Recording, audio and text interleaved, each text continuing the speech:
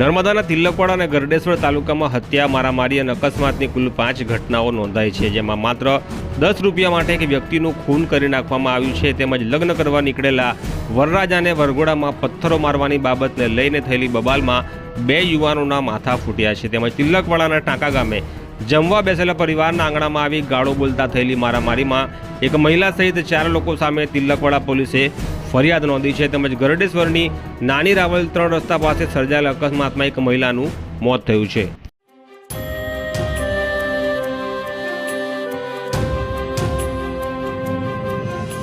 નર્મદા લાઈવમાં તમારું સ્વાગત છે. સૌપ્રથમ ઘટનાની વાત કરીએ તો યુપી બિહારની જેમ 10 રૂપિયા માટે ખૂન કરાયાની એક ઘટના બની છે, જેમાં 3 એપ્રિલના રોજ નર્મદા જિલ્લાના તિલકવાડા તાલુકાના ભાદરવા ગામે અનાજ કરિયાણું લઈને પોતાના ઘર તરફ જઈ રહેલા રાજેશભાઈ ધનજીભાઈ તડવી નામના વ્યક્તિને તેમના જ ગામના આરોપી ધર્મેન્દ્ર ઉર્ફે ધમાએ મરણ જનાર પાસે 10 રૂપિયાની માંગણી કરી હતી, પરંતુ મરણ જનાર રાજેશભાઈએ આરોપીને 10 રૂપિયા ન આપતા આરોપીએ મરણ જનાર રાજેશભાઈને ગુસ્સામાં આવીને માર મારી રોડ ઉપર પટકી દઈ તેમના ગળાના ભાગે લાતો ફટકારી તેમનું મોત નિપજાવી દેવાની ચોંકાવનારી ઘટના સામે આવી છે.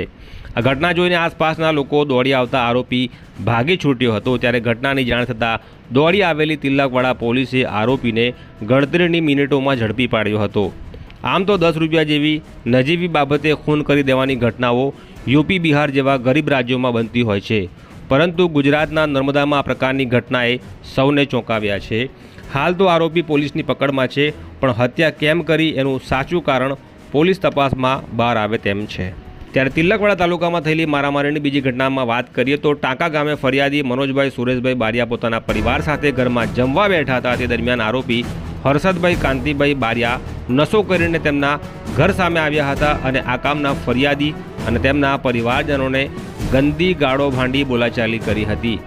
તે સમયે આરોપીના અન્ય કુટુંબીજનો દ્વારા ફરિયાદીના ઘરે દોડી આવી તેમને પાવડાના સપાટા મારી હાથનો અંગૂઠો તોડી નાખ્યો હતો અને ઘરના મહિલા સદસ્યોને પણ માર માર્યો હતો. આ મામલે ફરિયાદી મનોજભાઈ સુરેશભાઈ બારિયા દ્વારા તિલકવાડા પોલીસ મથકે આરોપી હર્ષદ કાંતિ બારિયા, તેમની પત્ની રશ્મિકાબેન તેમજ અન્ય 2 એમ કુલ 4 લોકો સામે કાયદેસરની કાર્યવાહી અંગે ફરિયાદ નોંધાવી છે. વધુમાં એકતાનગર ટ્રાફિક પોલીસ સ્ટેશનમાં દાખલ થયેલી ફરિયાદની વિગત મુજબ ગરડેશ્વર તાલુકાના મોટી રાવલ ગામની ભણદરા ચોકડી પાસે અકસ્માતની ઘટના નોંધાઈ છે, જેમાં મળતી માહિતી મુજબ 3 એપ્રિલ 2026ના રોજ ભણદરા ચોકડી પાસે આરોપી મોટરસાયકલ ચાલક પ્રવીણભાઈ તડવી રહેવાસી મોટી રાવલ પોતાના કબજામાંની મોટરસાયકલ પૂર ઝડપે અને ગફલતભરી રીતે હંકારી લાવ્યા ગામના સાહેદ પરાગભાઈ કુંવરભાઈ તડવી અને તેમની પત્ની મોટરસાયકલ ઉપર પસાર થઈ રહ્યા હતા, ત્યારે તેમની મોટરસાયકલને ટક્કર મારી હતી અને આ ઘટનામાં વનિતાબેન તડવીનું મોત નીપજ્યું છે. આ મામલે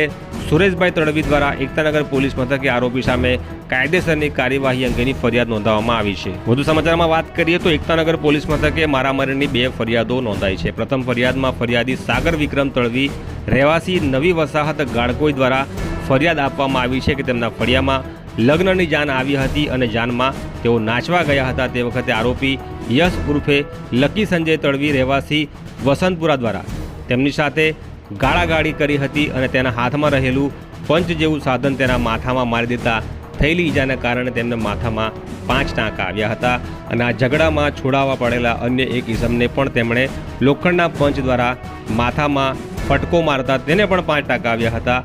આથી ફરિયાદી દ્વારા આરોપી યશ ઉર્ફે લકી સંજય તડવી રહેવાસી વસંતપુરા સામે કાયદેસરની ફરિયાદ નોંધાવી છે. ત્યારે આ ઝઘડામાં સામા પક્ષે પણ ફરિયાદ નોંધાવવામાં આવી છે, જેની વિગતો મુજબ ફરિયાદી પરીક્ષિત સંજય તડવી રહેવાસી વસંતપુરા તેમની ફરિયાદ છે કે તેમનું પોતાનું લગ્ન હતું અને જાનનો વરઘોડો કાઢ્યો હતો. તે દરમિયાન આરોપી સાગર વિક્રમ તડવી દ્વારા છૂટા પથ્થરો ફેંકી વરઘોડાને રોકી દીધો હતો, જેમાં ફરિયાદીના ભાઈ યશ તડવીને આરોપી દ્વારા ગળદા પાટોનો માર માર્યો હતો અને ધમકી આપી હતી, જે બાબતે ફરિયાદી દ્વારા એકતાનગર પોલીસ મથકે સામે ફરિયાદ દાખલ કરવામાં આવી છે અને કાયદેસરની કાર્યવાહીની માંગણી કરી છે. તો આ જ પ્રકારના વધુ ન્યૂઝ અને અહેવાલ માટે નર્મદા લાઈવની આ ચેનલ સાથે જોડાયેલા રહેજો.